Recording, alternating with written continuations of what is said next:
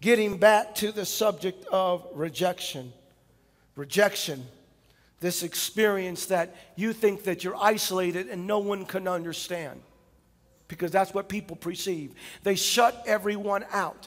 And what happens is this: when you are the victim of a relationship or a marriage that's gone wrong, when you are the victim of that, what has happened because of the long-standing endurance that you have been subject to, there has been a patterns of feelings that have been developed. A pattern of feelings that cause you to shut down. A pattern of feelings where insecurities rise. A pattern of feelings where defense and confrontation appear to emerge.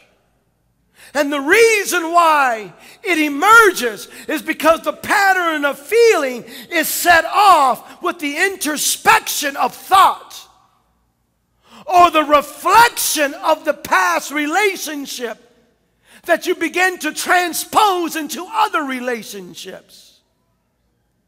Because you were hurt here and you were brutalized and rejected here, you now have developed a complex where you carry that and you have a presupposition of rejection.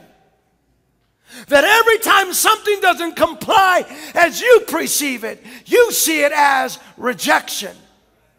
And what happens is the previous issue of marriage is what I'm focusing on. Or it can be in various ways that cause your soul to hemorrhage. What happens is you rip that wound all over again. Not because of a present situation, but because of a past situation. You rip it all over again. You find yourself back in that emotional state where you're wanting to alienate yourself. This is why a lot of people like to isolate themselves, especially men.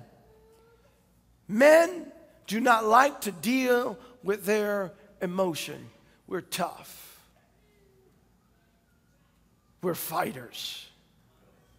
We'll confront it. We'll deal with it. We're warriors. Well, we got emotions just like everyone else. And we don't like to deal with those emotions and addressing them, because they make us feel vulnerable. So it's much easier to alienate ourselves from those emotions. But you have to realize this, man. In order for you to maximize who you are, and in order for you to be the best father you're supposed to be, or the best spouse you're supposed to be, the only way you're going to do it is if you are emotionally involved. Not emotionally controlled, but emotionally involved.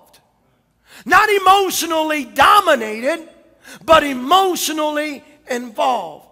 The alienation of emotion will therefore shut down every valuable relationship in your life, including that of Jesus Christ. It will cause you to be in a spiritual state of weakness. It will cause you to fall to the temptations of life. Because once you have tasted of the sting of rejection, and you have been brutalized by it, rejection causes a person to reduce their own personal values, where they just don't care about themselves anymore, and they do things recklessly, and they go from that situation and they become compulsive, and they begin to engage other things in life, and they just live recklessly like they don't care. But they really care. It's not that they don't care, it's that they care too much. So the answer to that is to learn how to recover from rejection. Can I tell you today that the greatest worshipers in the church are those that choose to recover from rejection?